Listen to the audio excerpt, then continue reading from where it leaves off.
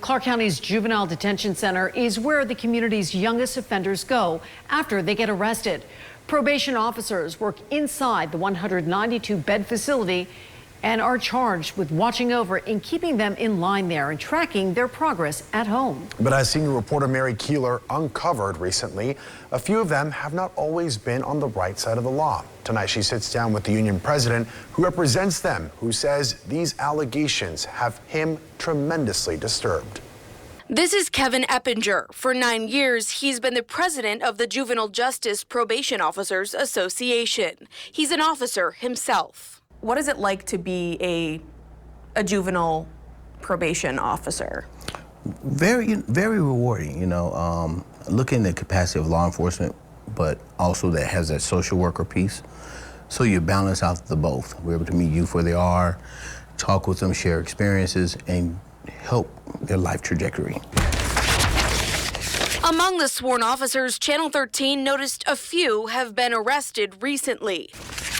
Eddie Lee White Jr. was working as a probation officer when Metro detectives arrested him in April.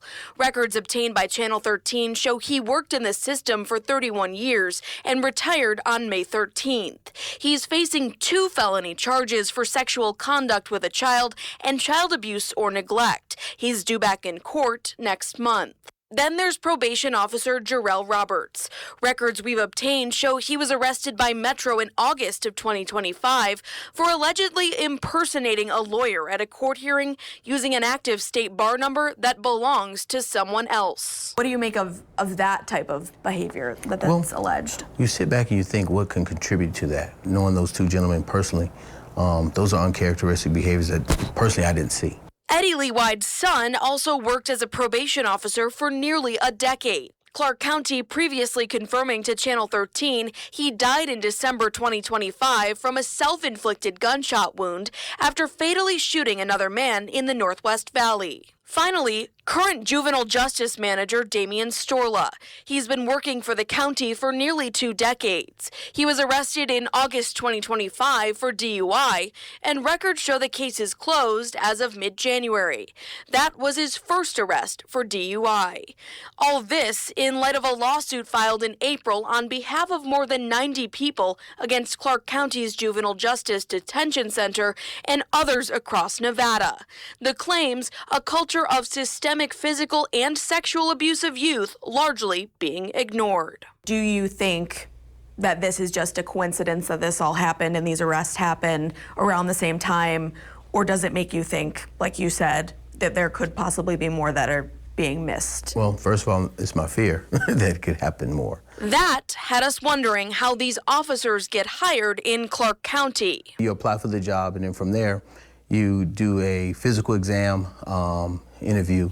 They have a polygraph, psychological, and then also a personal history questionnaire where they call your references and they look into your history. You do push your buttons, and we have to make sure you don't react. And to catch any red flags, potentially.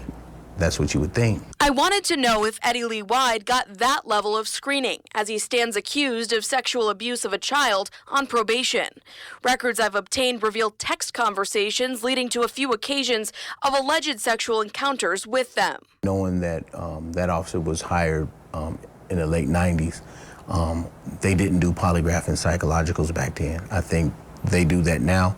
So we're hoping that through that process, that kind of picks up those type of flags and those indicators to prevent those type of individuals from being hired. You can't predict what someone will do. 30 years there, I've never seen this type of behavior or things like that happen. Kevin says he doesn't condone what's being alleged in the cases we brought to him, but countered by stressing that working as a juvenile probation officer is not easy on a good day. One culprit, he says, is a critical labor shortage. Kevin tells me they've got 190 officers and a 62% turnover rate. They've lost 126 staff members in the last 6 years, making it hard to keep the officers who are simply just burnt out and not dealing with accusations or issues with their conduct on top of that.